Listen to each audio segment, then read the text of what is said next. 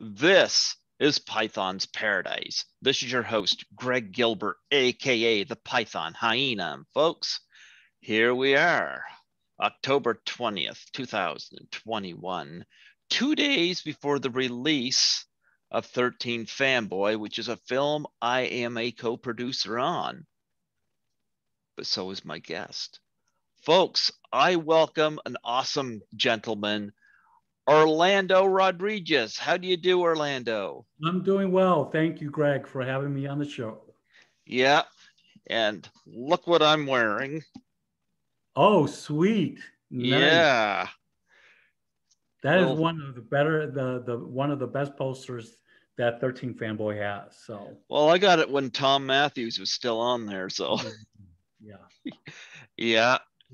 And I also got up here the tote bag. Oh, sweet. Yeah, the tote bag. I brought that to Horrorama in 2019. A lot of attention to Kane Hodder and Tom Matthews on that shirt, and I'm like, Tom Matthews is not in it anymore. Not in it anymore, but I always like to show this off, though. Yeah. Well, what I have on, even though, oh, that's a sweet mask. Love it. Yeah, signature. Oh, nice. Yeah, Ted White. Very nice. Yeah. Well, what I have on, even though baseball season, oh, that's very nice. I like that. Yeah. What I have on, even though baseball season is over for this team, Chicago Cubs. Yeah. There you go. There you go. Barely, let's do this in 2022. Oh yeah, I had to bring that out because I got that. I probably should empty this bag out for one. I love the mask. The mask is beautiful. Well, Ted White sells them on his webpage. Does he? Yeah, and he'll sign them.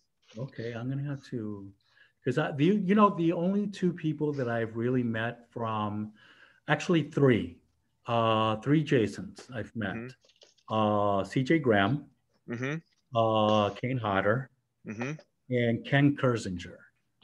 Well, 2 out of 3 of them are going to be at Frightmare in the Falls. Okay. Kane Hodder's not going to be there, but the other 2 are. I got nothing against Ken Kersinger, but I probably won't be meeting him. Okay. There's going to be about 15 to 20 guests there, and I have to budget myself. Okay. Horrorama is usually a little smaller, so I usually can see everybody, but I have to be kind of selective this year. So I don't know if I'm going to be meeting Ken, but it's nothing against him personally. I am going to meet C.J. Graham because Jason Lives, I think, is arguably for me the best one in the franchise between that and the final chapter. Okay, but if you ever do meet Ken Kersinger, I mean, I met him when he had done that movie where he played Rusty Nail or something like that. Oh, you kidding me? He was Rusty Nail in Joyride? Yes. I didn't know that. Yes. Ken Kersinger. Yeah. That had Lily Sobieski in it. Yep. Oh, I remember that. Yep. He was Rusty Nail. Oh my goodness, I did not. Well, you learn something new every day. And he is tall. Let me tell you. I'm 6 feet tall. He's like about, I want to say 6'5", 6'7". I'm 6'1.5 inches. Yeah. So he's tall as hell. I was like, please don't kill me. Wow. Well, he's going to be there, but I got to be a little selective this year. But see, my savings took a massive hit because number one, I had to get a CPAP machine because I went from moderate to extreme sleep apnea. Oh, I'm sorry. Yeah, I guess I quit breathing. I think they said something like 40 times out of a span of an hour or something like that. And I'm like, okay, I don't like the sound of that. And it's funny that you mentioned that because I have a sleep study on November 7th at the VA hospital in Hines, Illinois. And the good thing about that is that if I do get the sleep apnea machine, it's free. I wish mine was over $2,000. Wow. But But yeah, I'm I not. heard that Divine passed away from sleep apnea. And I'm Wow. kind of like, that's what I heard from somebody I've interviewed, and I'm kind of like, yeah, I'm gonna look after that. Hmm. And then the bigger thing, my car stalled on me going down a busy street, and I was lucky to get pulled into a parking lot. No. Mechanics couldn't figure out what was wrong with it, and it's not the first time it stalled. So Right. finally, I had said, screw it, and I went to a car dealership and got a used car, Honda Civic, 2017, Hmm. had 47,000 kilometers on it. So, Hmm. but that costed me once taxes were in 21,000. So my savings took a hit. That's another reason why I have to be selective. And that's another big reason why when a lot of people approach me to support their Indiegogos or films, I I sorry, I got to decline. I'm lucky to be able to give to charities for the Doubtfire Face Challenge. And I I mean, do that when I get some of these celebrities or some of these genre names. If they do the challenge, I do that. Um, and I wish I could support all the Indiegogo campaigns. I really do. But mhm, I mean, I have to be selective of which ones I go ahead and support. And it's not the dollar value that I'm looking at. It's actually looking at what the movie's about. And if mhm, I see that it's not going to go ahead and, first of all, if it's a fan film, I won't go ahead and do it. I mean, but I mean, it's because there's a difference between doing something on YouTube, unlike with the exception of Never Hike Alone, which was like really. phenomenal. But I'll add another one to that list. Mhm. It's Me, Billy, the Okay. Black Christmas fan film. Okay. Yes. Was that good? Yes. Okay. I haven't seen it. Yes. I've interviewed the three females in it, Okay. and it is very well done. It Hmm. done on the same level as Never Hike Alone. Hmm. Hmm. Yep. Yep. There was one movie, and I'm not going to go ahead and say the name of it, but it did have Jason in it, where it just didn't catch my eye. And I'm a big Jason fan, you know. But the one that had Adrian King at the end of it as a surprise, that one was good too. I think it was. I didn't like that movie, and I'll tell you why I didn't like it. And I love Adrienne King. I Mm, do. But here's the thing. She went through a traumatic experience when she was stalked. You know why she dropped out of sight? Because she was stalked. mm, In fact, it had such an impact on her, she turned down 13 Fanboys starring in it because it hit too close to the bone. right. And I'm not going to lessen that on her. Mhm. I think she has to take care of herself, yes. I agree. But she was killed off. Her character, Alice, was killed off in part two. She Mhm. tries to tell me that it was a dream. Well, then I guess the whole thing in the shack in the backwoods is a dream because you see the corpse of Alice Right. in there with Right. the With thing on the side of her head. ice pick. It's Right. got the same aged, tattered house coat on. Right. The I rope. mean, she could say that could be anybody, but I don't think so. I agree with you 100%. I to me, Alice is gone. You know, Yep. you I know. mean, she's in that place with Deputy Winslow and Terry. Mhm, You mhm, know, they're in there. mhm. Um, it was nice to see her, Right. but I got in this argument with some of these fans. To me, need to learn to shut the hell up. because a lot of them really talk out of their asshole. I went on there and I made a comment about this very thing. Mhm. And then one person responds and says, "You're just a hater, or you're just no, I'm not angry. I'm just stating an opinion." Right, But like, he goes, "We Friday the 13th fans been waiting over this lawsuit. We'll take what we can get." right, Okay, so if you go to a restaurant and you order a fine cuisine, and somebody goes out and takes a big shit on your plate and brings it out to you, are you just going to take what you can get? they're gonna eat around it. Like, seriously, I like Adrienne King, but I'm sorry. She made the decision Right. to drop out of sight.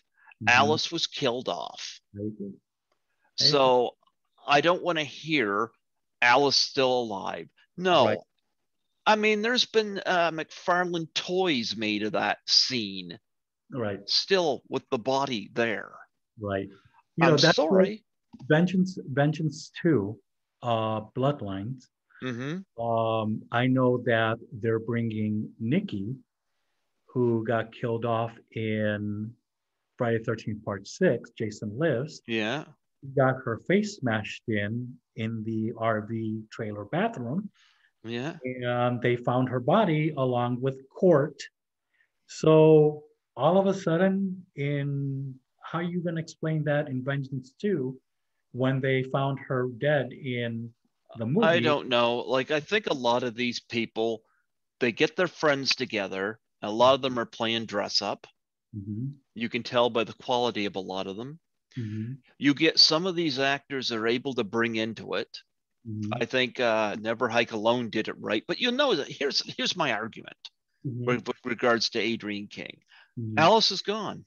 That is gone. When you watch Never Hike in the Snow, Mhm. well, Tom Matthews plays Tommy Jarvis. Tommy Correct. Jarvis is alive. Right. Here's another thing. You have Vinny Gastafaro in that movie. Right. You know why? Mm. Because he was still alive at the end of that movie. What Right. wouldn't what would you think if they had Sheriff Garris? Wouldn't have made sense. So I Wouldn't. don't want to hear this. We'll take what we can get. I say fuck off. Right. I agree. Yeah, I I like Adrienne King, but cast her in another horror movie. right. Give her something else to do. I know she's done well with Crystal Lake Wines. Right. She's involved in the tours of the original camp. I like Adrienne, and I Mhm. know that she's gotten this whole new experience with being at the cons, and Right. she loves it. She's embraced it. Right. I think Adrienne's got a nice spirit to her. She's a lovely soul. But Yeah, Adrienne King is a beautiful person. I have not met her. I'm supposed to meet her at Days of the Dead here in Chicago. No. uh-huh. Yeah. And I look forward to meeting her. But I'm sorry, dead is dead, you know? Adrienne was my second guest here on the show, and she was one of these like I don't watch these movies for Jason.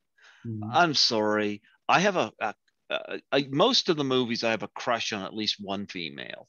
mhm, And Adrienne King was one of those in okay. that original movie. I thought Adrienne was very down to earth. She doesn't look like a supermodel, but Mhm, I always found her very attractive. mhm, You mhm, know, in a very girl next door way. mhm. But again, I like Adrienne, but it's like, why not feature her in another type of horror movie? Right. It's like that's like they're bringing back. And I made this argument on that post. I said, okay, if that's the case, let's just say Crazy Ralph is still alive. Mhm, Let's say Annie is still alive. right. I know, no, no, no. She didn't get her throat slashed. She lived. Right. She lived because that's this is the mentality of Mhm, people you deal on with these sites, right. and you just want to say fuck off. Right. You know, it just pisses me off. Right. I You mean, know, let's bring back Tracy Savage, even though she got a you nice. know what? Here's the thing. I've interviewed Tracy Savage twice, and we both laughed about this. I think Debbie should have been the final girl in that. because we both had a big laugh about the fact she's written as pregnant and then it becomes an Yes, afterthought. yes. Why not I a pregnant final girl? right. And I considering the fact that Chris was not likable, mhm. I think that poor Rick should have went with Mary Jo Conrad. He would at least have had his life at the end of the weekend, you know. But here's the thing: if you watch part three, Debbie's the only one of the characters that doesn't shit all over Shelley. True. In fact, she seems to understand him because when she and Chris are walking through the middle, she's going, Chris goes, "It's that creep Shelley. What a sick sense of humor." Mhm. And Debbie says, "Don't let it bother you. He doesn't know, you Mhm. know, Mhm. like you don't like. I mean, Shelley calls him an asshole, Mhm. you know, Mhm. um, like everybody's just pissed at him, and he's a guy that's kind of trying to fit in. And I get a lot of people say they wish that Vera was the final girl. But Mhm. really, look how Vera treated him. Look at her response to him when she comes out of the house. Would you want to go spend a weekend with her? Right. She just took one look at him. She's like, ew. Yeah, it's You're like, Shelley? And he's like apologizing, but I'm like, no, she should be apologizing. right. You know, what's she doing without a date? Mm-hmm. You know, Mm-hmm. so I no, I would have liked if Debbie was the final girl. I liked her whole demeanor, and of course, it doesn't hurt that I had a big crush on Tracy Savage. So You I know, think she's gorgeous. and I remember as a kid, I used to always like looking at the box of the movie, and in the back, Mm-hmm. they there's a still of Tracy Savage where she's like in the shower and she's like, like like Lathering up, yeah. you can kind of see like part of her breast, and I'm like, okay, so I'm hoping she doesn't get killed off. Now, when her scene comes on, that Jason takes her head like this and Mm-hmm. puts it back, and you can start seeing the knife coming through her throat. I can't watch it. I have to turn away because it's like I can't watch it. So, And you but watch it when it happens to Kevin Bacon in the first I one. actually don't watch it when it happens to Kevin Bacon. I'm like, there's something about having, there's a show on TV right now called Ghosts, and one of the ghosts has an arrow going through his neck. I'm like, you know what? I'm not even going to watch this show. I can't watch it. Just something about having something go through your throat. It's I like, hear you. yeah, I did feel bad for when I heard her say, when Tracy Savage's character said, I'm pregnant. I'm like, oh my God, they have a pregnant character on Friday the 13th, but then again, they had Mark, who was a paraplegic in a wheelchair, and he got a machete to his face in part two. Yep. So I think that was part of their mentality. Yep. Yeah. But I didn't find Chris particularly likable to the point where I wish they went with the original ending where she actually doesn't make it. Because the I mean, original ending, she gets her head he gets lopped her off. head pulled Yeah. off. Right. I mean, I've always been a fan of having at least one girl survive. Um, Now it's like a million people. right. Okay. Well, or everybody dies. I mean, yesterday I watched a movie named Malevolence 2, uh, Okay. Bereavement, and it starts Alexandra Daddario. Oh, I like her. Yes. I like her. If you haven't seen it, I'm not going to give any spoilers, but there is a little girl who's like no older than probably 10 when she did the movie, and she does get killed off in the movie too.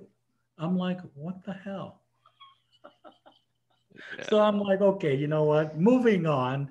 I'm not going to go ahead and watch this movie again. I think Alexandria Daddario, she is sexy. I'll tell you that. What she I did Texas yeah. Chainsaw Massacre. Wow. Yeah, that was a messed up movie in terms of the timeline. Uh-huh. I mean, they had cell phones when they shouldn't have, and this and that. But yeah, Yeah. I really liked her. I liked her in it. I remember the first time I seen Alexandra Daddario was I was at the theater and I saw the movie Hall Pass, Okay. and she played the babysitter to Owen Wilson and Jenna Fisher's kids. Okay. And Owen Wilson's going to drop her off, and she's kind of like trying to convince him to buy beer for them and stuff like that. And you could tell he's attracted to her, but he's trying to stay loyal to his wife. But she said mentions that his kids are like a bunch of little monkeys that like to climb all over her. Now I remember there was guys in the audience that were just gave these little snickers, and I'm like, yeah, I bet more than just kids want to climb all over you. Right. I mean, the first time that I saw her was in Percy Jackson. Didn't like that movie, but again, can't take your eyes off her. Right. I like the fact that I think she was Athena's daughter in the I movie. don't know. Yeah. I think she was Athena's daughter. And I like the fact that she had powers. I'm like, okay, so start kicking ass, girl. I like her the fact too that she's kind of funny because during lockdown, she had it. I guess she has a YouTube channel, Okay. and I subscribed to it because it's one thing to look at a woman and find her attractive. Just look at pictures of them on the internet. But if they can keep your attention beyond what they look like, and her videos were friggin' hilarious. Her lockdown videos. Yeah, with her and her lady friend were just wandering around the city, and she said she had a new boyfriend named Philip, and she held it up. It was a plant, Philip Plant. And I just got a kick out of her, and I had this whole new appreciation. Right now, my favorite actress to watch. Again, somebody I had a big crush on. I think she's still beautiful, but man, I can't forget about what she looks like. She makes me want to watch her because she knows how to make me watch her. Is Emma Stone. She is beautiful. I Yep. love her. But she's also transcend every genre, and she's played so many different roles. She was great in Cruella. She did the Zombieland movies. Yes, She Spider-Man. did, yeah, and she was in like Easy A, Super Easy A. Bad, Super Bad. Yay! The first time I seen her, her first movie was Super Bad, and I Okay. liked her then, Okay. and I just kept following her, and like even in The Favorite, like Emma is interesting to watch. She's not just a beautiful face. And if somebody can make me laugh, you know, that's an extra plus. I think Emma Stone's hilarious. She did musicals. She did La La Land, musical, like Birdman. How can I forget that? Like Emma makes me, like if I just want to look at her, I could just go online and look at her. But she makes me want to go to the theater and watch her. And that goes beyond just somebody's physical appearance. So I really like Emma Stone a lot. She's my favorite. When she did Spider-Man, the version with Andrew Garfield, and it showed that she's falling, and Andrew Garfield, Spider-Man, basically he does get her with his web, but when her head snaps back, and then he's holding her, and you think she's okay, and it's actually that she's dying or dead. I started crying. I got to admit, I didn't like that ending. I did not like that ending. Right. I didn't. Yeah. I had tears coming out of my eyes. I'm like, oh no, so, Yeah. but Easy A, I didn't watch it until recently. I, That was a really good movie. She made that movie, let me tell you. I liked her in that, especially when she went around with the A on her and just went Yeah, around was just sassy, yeah. trying to I, be sassy and was so awkward. I Yeah. like when she goes to when she says to the guy, "Are you ready to finish?" He's like, "Yeah," and she punches them in the stomach. And he's like, "Oh, Oh, yeah. Emma is awesome. I yes, love Emma Stone. Emma, you can if you see this, we love you." We love you, Emma Stone. Absolutely. Another one I find too is very attractive, but I think she's friggin' hilarious. Is Anna Kendrick. Anna's good. I'm not a big fan of hers, but She does can good make me work. laugh, and that's Yeah, important. yeah. Yeah.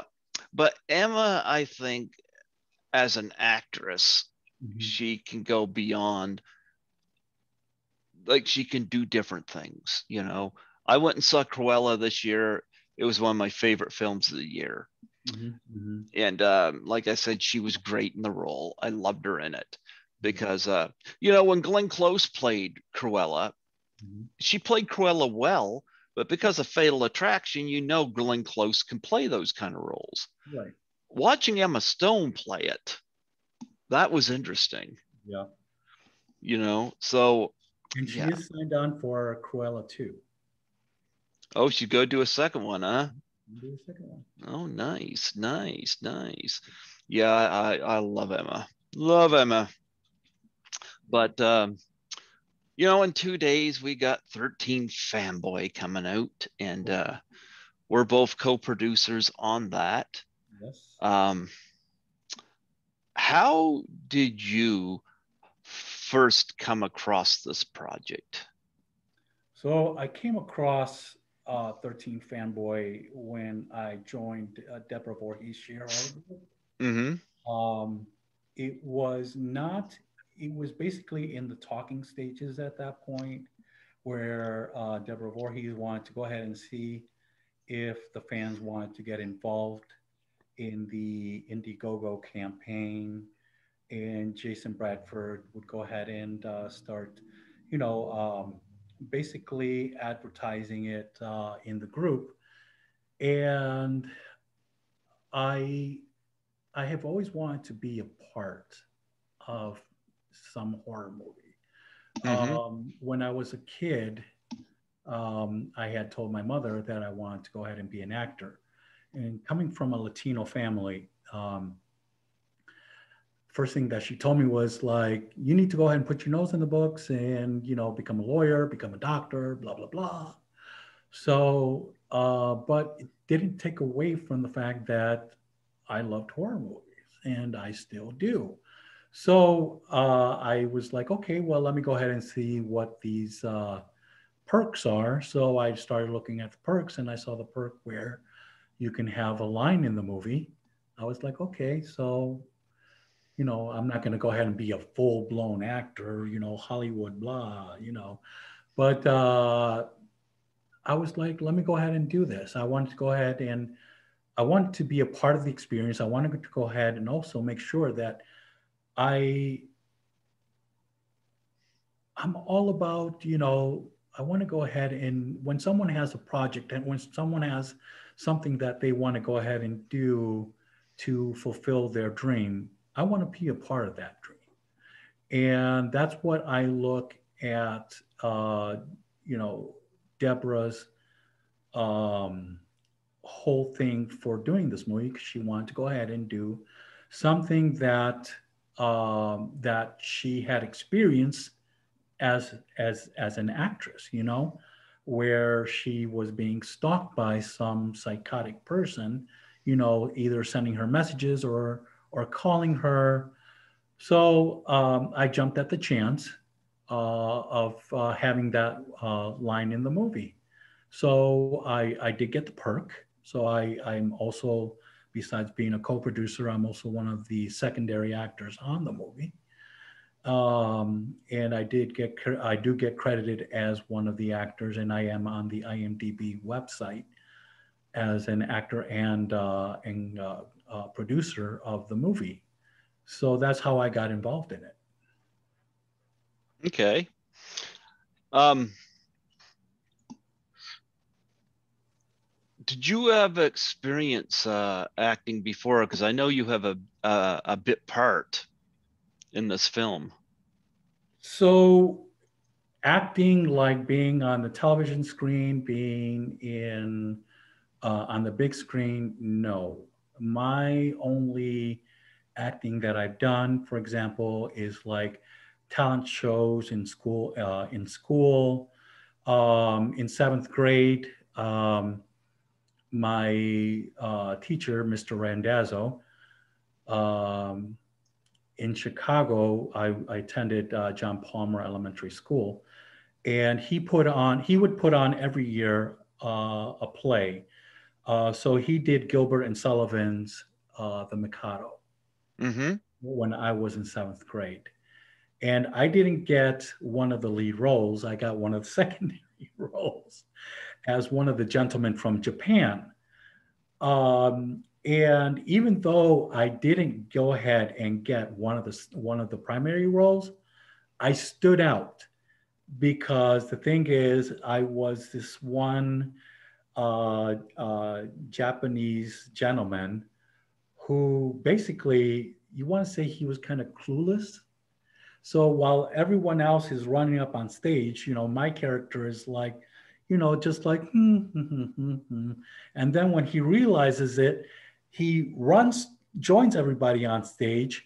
And what happened was that, of course, we wore kimonos and everything, Mm-hmm. and we had the fan. We were supposed to take out the fan and go, and go ahead and fan ourselves like this as gentlemen from Japan. But my fan got stuck. So I couldn't take out my fan. So when I did take out my fan, all the other guys were already fanning themselves and they were laying it down on the ground like they were supposed to. So I skipped the fanning part and I just went ahead and I went and I laid it down, and I got so many positive reviews from parents and teachers that that's how I was like, I was meant for something like this. Mm-hmm. So, Well, but being an actor on TV, Hollywood, no, I've never done that.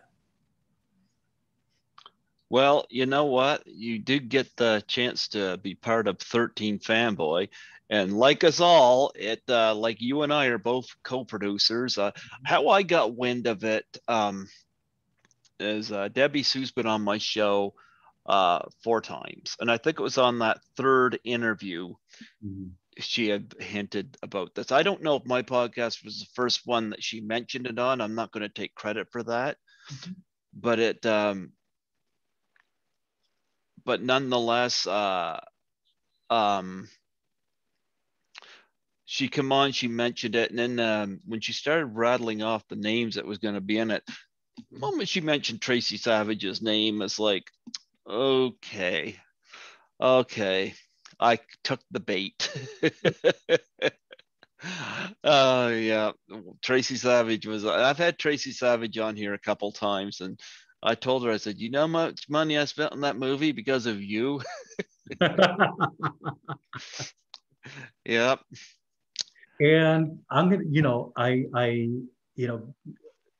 remember Tracy Savage from her role in Friday 13 Part 5, excuse me, Friday 13 Part 3. Oh, I Uh, remember. and, she was beautiful then, Hmm. and she's beautiful now. Yeah, she is. And I remember hearing, I was like, over the years, I was like, what happened to her? And then I heard that she was a news reporter and that she covered part of the O.J. Simpson trial. So I was like, wow, so she's still out there making a name for herself. That's Oh yeah. great. you Yeah. know and then when I saw the trailer for 13 Fanboy, she looks wonderful. It's like time has stopped with her. She's what I would call ageless. you Yeah. know there's many women in Hollywood, Sophia Loren and Margaret, who are ageless, and you can put Tracy Savage on that list. Mm-hmm. Beautiful. Yep. Yep, absolutely. Um, yeah, I was gonna say too, my picture is gonna be in a scene with her as well. I got that for apparently it gets splattered with blood. Which I feel honored, that my picture's gonna be in a gore scene. Right. Actually, it's gonna be part of a gore scene. Right. So I'm like, okay, I didn't expect that, but icing on the cake. Okay. Well, Okay. and I don't know. Do you know who David Miller is? Yeah. He got Okay. the part I would have wanted to play. Okay. He Well, got to play her husband. well, right. The funny thing, I remember meeting David Miller in Ruidoso, New Hmm. Mexico, and he's like, "Oh, I play. I'm in. I'm part of Tracy Savage's family." I'm thinking, okay, so tonight he put down that he's playing her husband. So all this time until tonight, I'm thinking he's playing her father.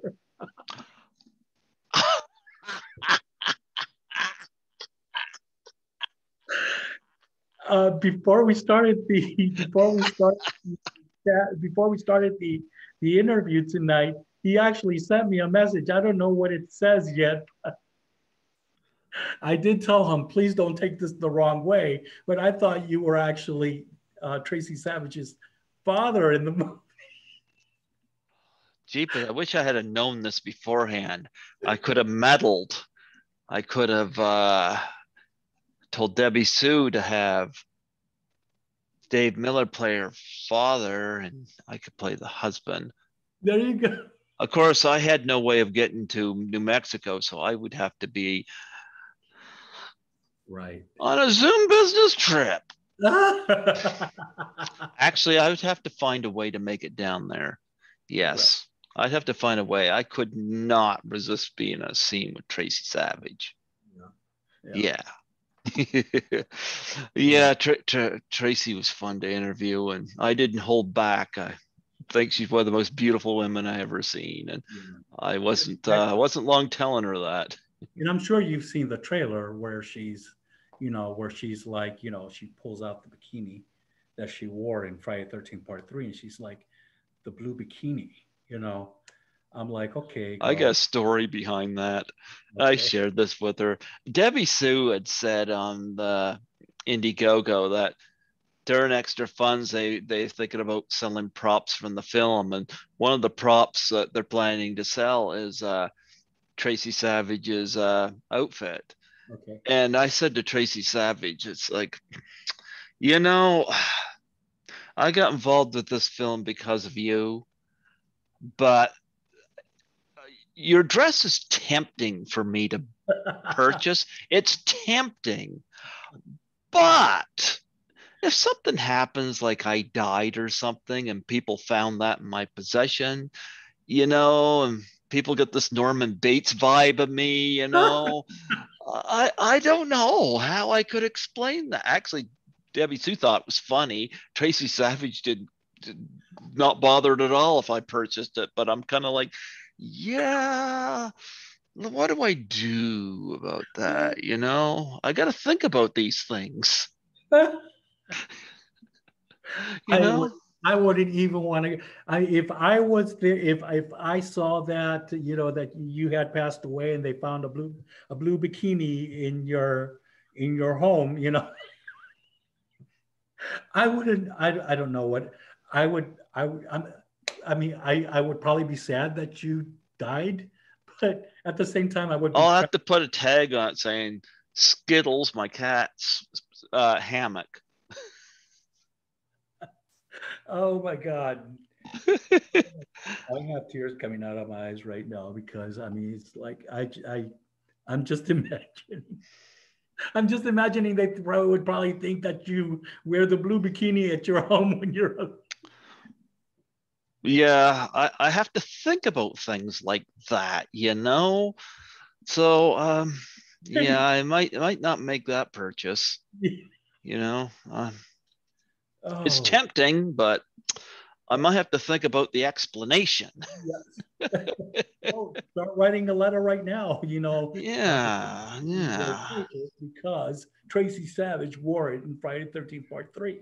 Yeah, I did not come out of the fruit cellar And I going, did not come out of Norma the Bates. closet, and wear this every night, looking in the mirror saying, "You are a sexy beast." I don't say that to myself even when I'm wearing my plain clothes. I look at myself in the mirror and say, Jeepers, how's my cat put up with me? Ah, I have temptations. That's right. You have to shake the treat bag. Right, Okay, I exactly. get it. I know. I Yeah. have two dogs. That Trust me. that that doesn't work on women, mind you, but it works on cats. Yeah. But Uh, you went down there. I was not down there. I think it was part of the perks, but there's no way I was going to get down there. And but nonetheless, you went down there. Talk about arriving there. How long did it take you to get there? oh my God! From El Paso to so I flew down from Chicago, Illinois to El Paso, Texas, and then I had to wait for one of the other cast members to arrive because we were going to go ahead and drive together in a rental car from El Paso to Ruidoso. His plane was delayed twice. So he Mm-hmm. didn't arrive until like about 11 p.m. that day. So we drove, I want to say it was like about 2 hours from El Paso, El Paso, Texas to Ruidoso, New Mexico. Mm-hmm. 2.5 hours. It was cold. Um, I mean, the scenery was beautiful. I mean, New Mexico is beautiful. I Did mean, you see elk? Because I heard Joe Paul Rising said that elk is all over the place down there. I did not see elk because we got there, like I said, like about 2:30.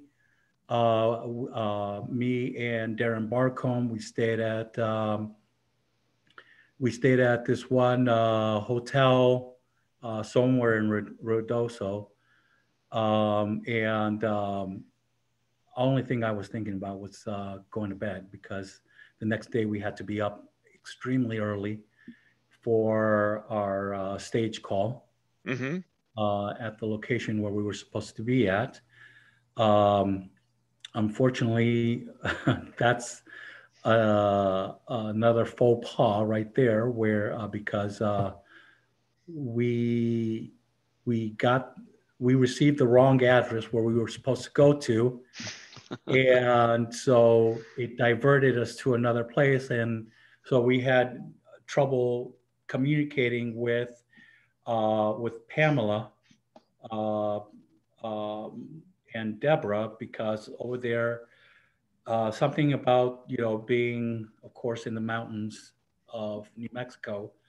The service is not as good. But finally, we got the right address when we arrived there at the place. Didn't see no elk, didn't see no coyotes. Wish I did, because we don't have elk here in Illinois. Don't have them Or here either. We've got lots of deer about. we do have deer here. We do have coyotes. I have two blood-sucking dogs here at home. No, so but which I love to death. They are my babies. Um, but it was beautiful. I mean, New Mexico was beautiful, and so I really enjoyed the people in Ruidoso. They were beautiful. They were very friendly, very nice. I don't think I have a bad thing to say about Ruidoso, New Mexico. I mean, it's not the big city like Chicago is, but it is the air is a lot more breathable over there. I'll tell you that. Talk about first meeting Debbie Sue Voorhees. I mean, this is somebody who you would have seen in Friday the 13th, Part 5, A New Beginning, in the famous uh, hedge clipper murder. Mhm. What was it like laying eyes on her for the first time and meeting her? So meeting Deborah for the first time, um, I was in I was in awe. You know, I'm like a Friday 13th Part 5 character in front of me. Of course, I looked at her in her eyes and not her breasts. I'm a gay man, so um, Well, I'll uh, say one thing. She's got a good sense of humor he does for have a, all of the comments made about her breasts, yeah, which yeah, are pretty big. yeah, yeah. But I, I like the fact that she's able to go along and laugh about it. I right. like that about her. Yeah. But when my first impression of her, I wanted to be respectful of her, Hmm. as a person. Yep. Second, as an actress, I mean, I remember her scene when she got her eyes gouged out. Of course, I remember seeing her naked on the blanket and everything. But my thing was that she's the director, um, and that's the way I looked at her. Talking to her, she wasn't like, no, you did this wrong. You're supposed to do this, do it this way. She's not that type of director. She's like, okay, let's do this. How about we do this and this, and let's do it this way. So she would talk to you like you were a human being, you Hmm. know, not like an overzealous, I'm a director, you're a nobody. That's not Deborah. Deborah is sweet, she's kind. She will go ahead and make you feel so comfortable that she I love her like she's family to me, you know. Hmm. Um and I have to go on record as saying, you know, um, one of the reasons why I wanted to do this, not only for Deborah, I wanted to do it for myself, Yeah. you know, because unfortunately I've had two heart operations, and I'm 50 years old, and Well, you're a year older than me. yeah, I'm basically down to the point where my heart is not as strong as a normal person's heart.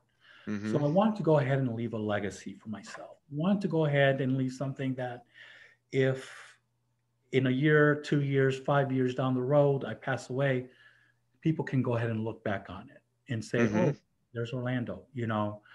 Am I a big superstar? No. Do I pretend to be? No. I do this for the love of it. I did it because I want to go ahead and make Deborah's dream come true, and I wanted to go ahead and do it so I can go ahead and leave something that my friends and family can look back on. And that's and Deborah made that dream come true for me, and I'm thankful to her more than words can say. I love her to death. Do I agree with everything she says? Of course not, but that's human nature.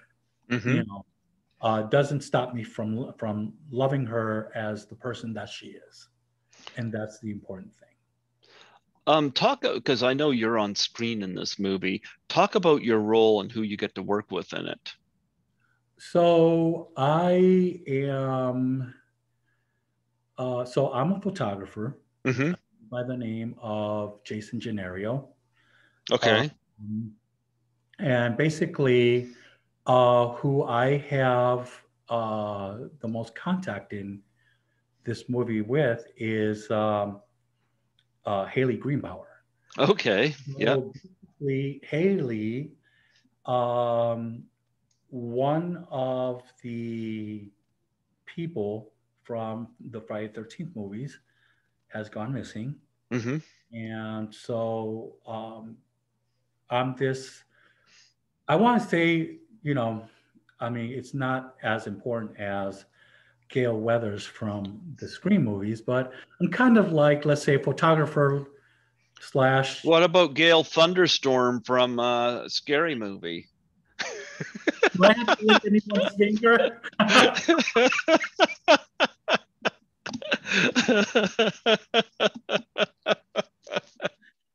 I don't want to hear people saying Orlando Swallows. That may be true, but that's nobody's business. So I'm kind of like, I want to say, this is the way that I look at it. It's probably not the way a lot of people are going to look at it, but I look at it as this photographer who wants to go ahead and take a picture regardless of what someone else is feeling. He doesn't give a damn. He wants the picture. And that's what, that's what my character, who my character is. So he's like a sleazebag photographer, basically. And of course, like I said, his name is Jason Gennario. And I mean, it's not going to be one of the more memorable scenes, but you know what? It's my scene, and that's all that Yep. matters. Yeah. Who else did you get to meet on set besides Debbie Sue? You get to meet any of the other notables? So besides Haley Greenbauer, um, I was I'm not sure if let's see who else out of the Friday 13th alumni. Uh, no, basically Deborah Voorhees as the director is the one that I met. None of the Friday the 13th alumni are in the scene, but out of the main cast, Haley Greenbauer is the one. Well, Uh, that's not bad. Haley's awesome. Yep. yeah, yeah, and it was it's but I mean, I if I had a wish list, I think I would have wanted to go ahead and meet Dee Wallace. I've Uh, met Dee Wallace. Dee Wallace seems Yeah. like I love her movies. I've heard a lot of great things about her. It would have been great to meet her.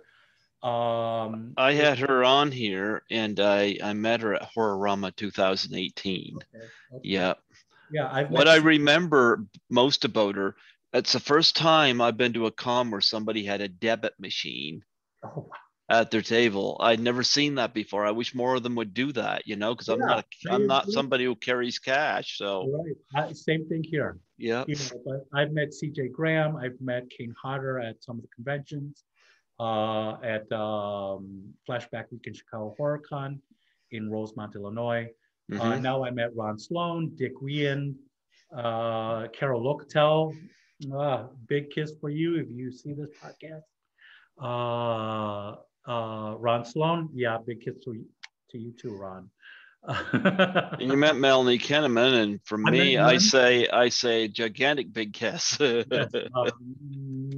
Actually, you know what? I when I spoke with her, I mentioned to her that, and it's not something that a lot of people know, that she was in a movie called The Best of the Best. Yeah, and she's not even in Yeah, it. not even in it, but she's still credited as woman at the bar. And she's Yeah. like, oh my gosh, she goes, not a lot of people mention that to me. She goes, Mm-hmm. you are one of the few. And, so she was like, I've met Judy Aronson. Mm-hmm. So, Lawrence Moneson. I've met, I forgot his name again. He played Oh, Peter Barton. Peter Barton. Yes. There Peter, you go. sorry, Peter. Forgot your name, but two thumbs up for you. But yeah, I've met them all at the Horror Con, and they're fabulous people. I wish they had more of these horror cons year round, but we can't. I mean, you know, I'm not rich. Are you excited about 13 Fanboy in a couple days? I'm not gonna be to see it, mind you, I but am. I'm like, I already have my outfit picked out. I mean, uh, there will be pictures on Facebook, and And even though the Chicago premiere is not going to be glitz and glamour and flashing lights and a red carpet, and you know, uh, the important thing is I'm going to be there, and it's going to be at the theater is the Imagine Theater in Frankfort, Illinois. The first showing is going to be at 7:25 p.m., which is the one that I'm going to be at. Mm-hmm. And it's going to be there for a week at the Imagine Theater in Frankfort, Illinois. I'm really super excited you know, to see myself on screen.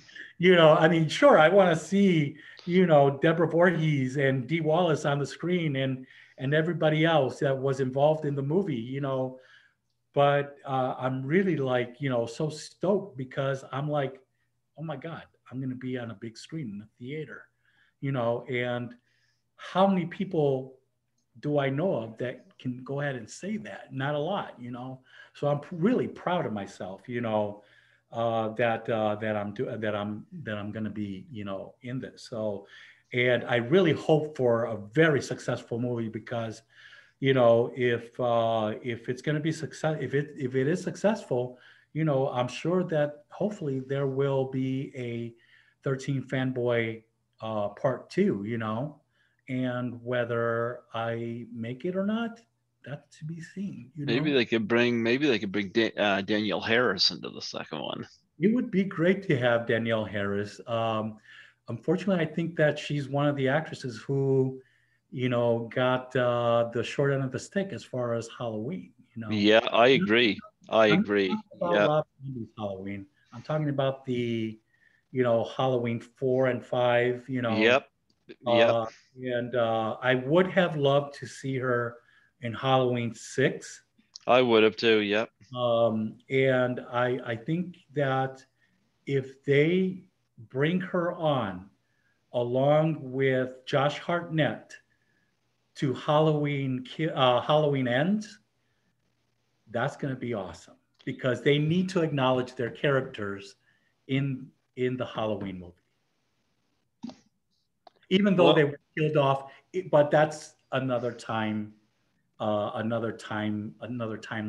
It has nothing to do with the with Halloween and Halloween Kills and Halloween Ends. So, yeah. well, we got to also address the fact we're both involved with Reunion from Hell as well. Talk about your role in that.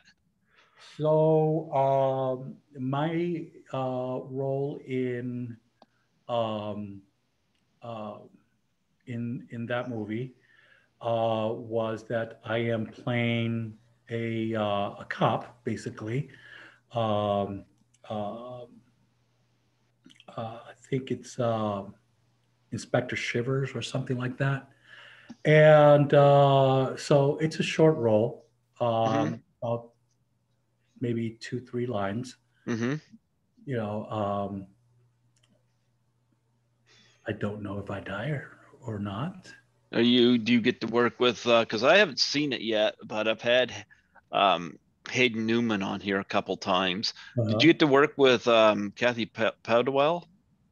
The scene that I am in with Kathy Potterwell and Hayden Newman Hmm. and some of the other actors. Yes, Okay. I did, I What did was go that ahead. like?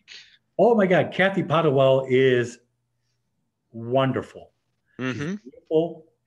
She is like, she's funny. She's entertaining.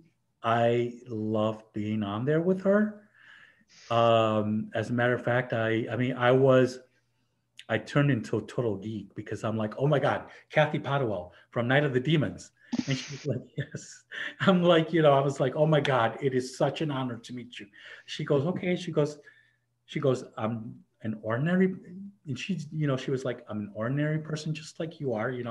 I was like, she goes, you can call me Kathy. I was like, okay, Kathy. I was like, it's a pleasure to meet you. I've watched your movie so many times. I was like, I am so thankful they didn't kill you off in Night of the Demons. She was a joy to work with. She's professional. She's talented. She is a beautiful woman. If I ever got to work with her again, I would love it, because she's like, she's a joy, So, and I did go ahead and I was able to go ahead and take a picture with her. She is a Oh, beautiful, nice. yeah, What she's. was it like working with Hayden Newman as a first-time director? It was horrible. No. Hayden, if you see this, I'm just joking. Joking. Hayden is such a. Hayden is talented. Hayden is. I love Hayden for who Hayden is. Hayden doesn't bullshit, and working with Hayden. I mean, I'm just so thankful to Hayden for letting me be in that movie as well. I mean, Hmm. because with who Hayden is, you have your prejudices nowadays regarding who someone is and what their sexuality is. That's no one's business. Hmm. Who Hayden is, that's Hayden's business. And I think working with Hayden, for the person that Hayden is, was just the cherry on top of the cake. You know, I I know Hayden, you're doing a second part. I really wish you all the best with part two of Reunion from Hell, and whether my characters, if my character is alive, then do another Indiegogo campaign. You have my total support. I would love to be in part two if my character is alive. If my character is dead, just go ahead and do a flashback where you see my throat slashed or something. You know, Hayden, I love you. Um, I know we're not in contact that much, Hayden, but all my love for you. Well, you got one that's in development here called Camp of Terror. What can you share about that? So I can't share a lot because Hmm. it's just that it's in development. Whether I live or die, that's to be seen. Um, uh, I don't know. I just have a fascination with death and horror. I don't know why, but it's like um, the role is still in development. All the roles are still in development. I know Tom Walton is the director. He did Room Six. Okay. He's doing Room Six Part Two. Um, and by what I've heard about Tom Walton, he's a great director. I looked forward to working with Tom Walton. Um, and that's about all I can say about it for now. Hopefully, if you have me back on sometime and I have more information about the movie, Well, yeah, I'll have you back on next year. I would definitely be more than happy to go ahead and give Yeah. a little bit more information when there's a little bit more information about Camp of Terror.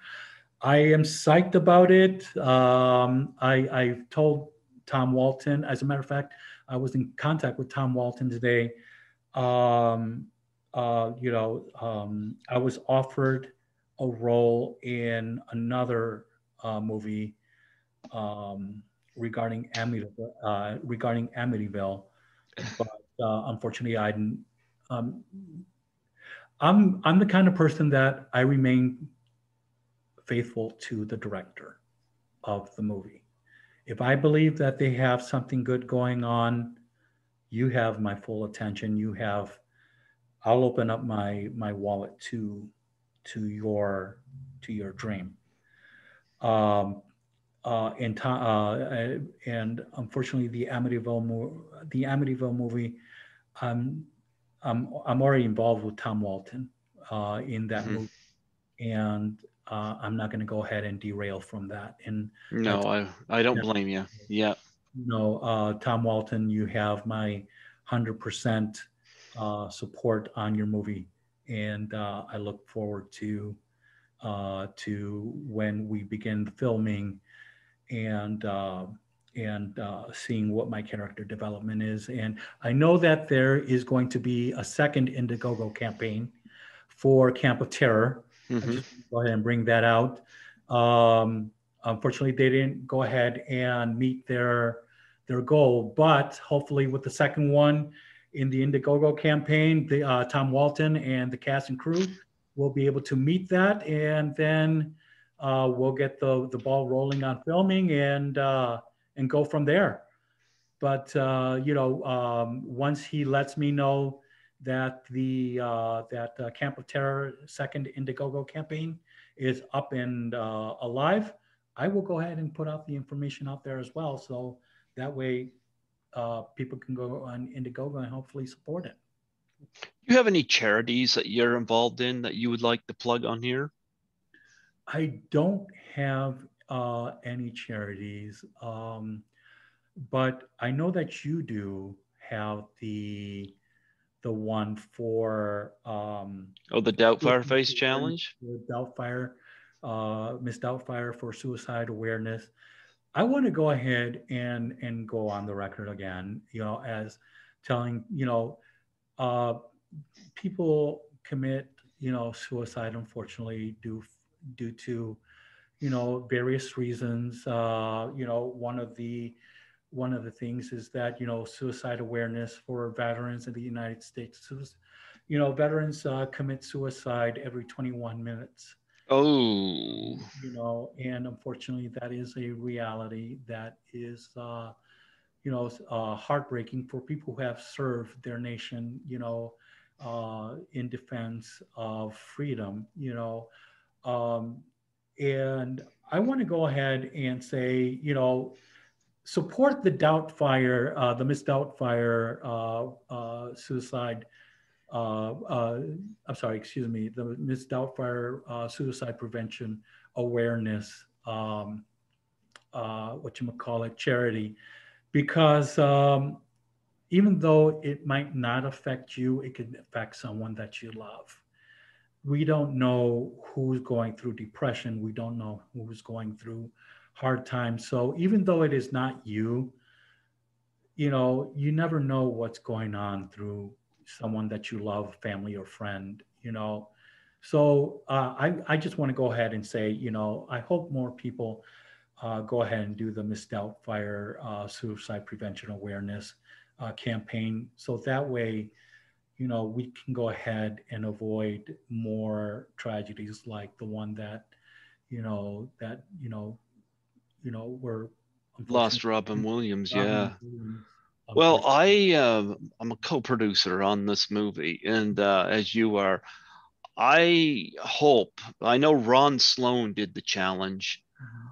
I'm hoping others jump on board. Tracy Right. Savage has been nominated at least once, maybe twice. Judy Aronson, Debbie Voorhees a couple times. Adrian King has been nominated, I think, at least 5 times now. Um, it's been thrown out to Vincent DeSante, Andrew Leahy, Haley Greenbauer was nominated by Jason Bradford. Yeah. Um, and Lara Park Lincoln's been nominated, Jennifer Bonko. I'm hoping some of them come on board and do this. It's cost less than $5 for a whipped cream and a paper plate, video yourself take a pie in the face, and get the Right. industry involved, and just Right. like they were the ice bucket challenge. Right. I didn't start this. I've been asked if I started this. No, I didn't. But I just kind of took it and went with it. But I mean, I did it a couple times, but I mean, Lisa Langlois from Class of 1984 did it. Alan Udy from My Bloody Valentine. Um, um, Caitlin Brent Hatley from the Howard Stern Show did it. I threw it out to Leah Thompson on Cameo, and she did it with an ice cream cone because she couldn't get a pie during lockdown. But I thought that was pretty interesting. She was Right. funny. Right. Um, Nancy McLaughlin did it in front of props from Jason Lives. Sandy Johnson did it from Halloween, and her husband was dressed up as Michael Myers and pied her, which was pretty funny. Right. There's some people in the wrestling community. James Ellsworth did it. So did Tori Wilson and Ariel Teal Piper. Um, yeah, there's ones that come to mind, and so yeah.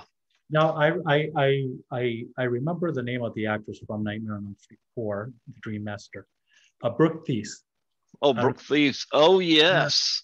yes, Yes, I have not reached out to her yet. I got to get her on here at some yeah. point.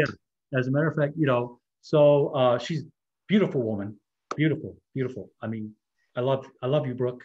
You know, as a friend. I'm not a 13 fanboy.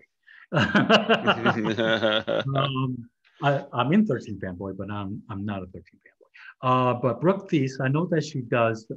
She has a camp. She has a charity uh, for uh, for animals.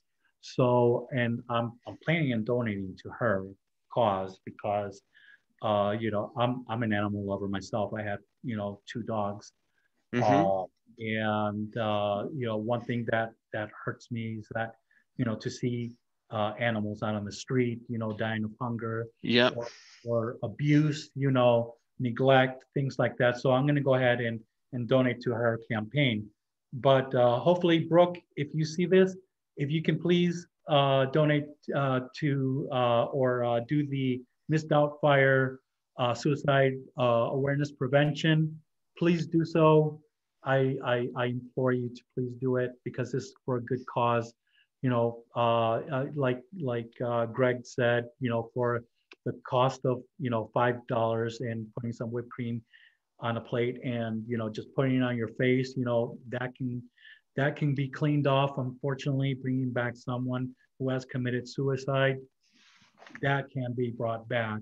So let's go ahead and let's think about the people who are going through these hard times through depression, and like again for less than for $5, let's all go ahead and do this because it's for a good cause. It's interesting because I kind of made history on my show recently. I had Deborah Lamb on here, and we're both involved in the Witches in the Sand and Z Dead End, and she did the Doubtfire Face Challenge at the end of the interview. I've never had it done live on the show before. I thought that was cool, and her husband comes in from work afterwards and starts laughing at her.